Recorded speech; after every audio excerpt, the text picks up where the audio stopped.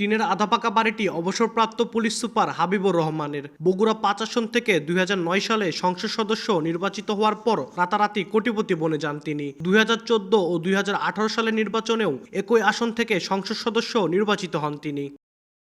এলাকাবাসীর অভিযোগ, সংসদ সদস্য হওয়ার পর ছেলে আসিফ ইকবালকে সঙ্গে নিয়ে সম্পদের পাহাড় করেন হাবিবুর রহমান। ধনুটের জালসুকায় আদিবাড়ির পাশে ৭০ বিঘা বিলবাইসা দখল করে তার সঙ্গে ১৫০ বিঘা জমি নিয়ে গড়ে তোলেন বাবু সিটি পার্ক। এছাড়া ধনুট শহরে ২১% জায়গার ওপর বাণিজ্যিক ভবন, শেরপুরের সনকায় ৫০ বিঘা জমির আসিফ ব্রিক ফিল্ড, শেরপুর শহরের দুবলাগাড়িতে ৩০ বিঘার উপরে নির্মাণ করেছেন বাগানবাড়ি ও হিমাগার।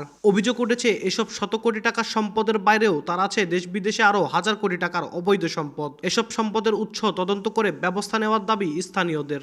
ওনার যে অর্থ কয় গুণ বেশি হয়েছে আল্লাহ পাক জানে, সেটা যদি কোয়ারি করা যায় তাহলে বোঝা যাবে।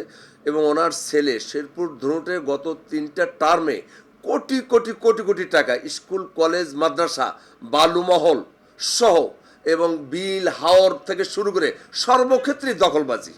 অর্ধেক পাউডারে দ্বিগুণ উজ্জ্বলতা। নতুন রিন অ্যাডভান্সড অর্ধেক পাউডারে দ্বিগুণ উজ্জ্বলতা।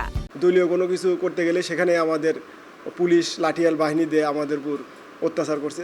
এমপি হওয়ার আগে তার বাড়ির জালসুকা, তার ওখানে টিন শেড বাড়ি ছাড়া আমরা আর কোনো কিছু ওখানে দেখতে পাই নাই। এমপি হওয়ার পর সে অগাধ সম্পদের মালিক হয়েছেন অন্যায়ভাবে। তার এই দুর্নীতির বিরুদ্ধে আমরা প্রতিবাদ জানাচ্ছি এবং তার বিচার দাবি করছি। দুর্নীতি দমন কমিশন বলছে, অবৈধ সম্পদ অর্জনকারীদের বিরুদ্ধে তদন্ত করে ব্যবস্থা নেওয়া হচ্ছে। অবৈধ সম্পদ অর্জনের তথ্য পাওয়া গেলে তাদের বিরুদ্ধে আইনানুগ ব্যবস্থা গ্রহণ করা হবে। প্রধান কার্যালয় থেকে আমাদেরকে তদন্তের নির্দেশ দেয়, তাহলে আমরা এটা তদন্ত করে দেখব।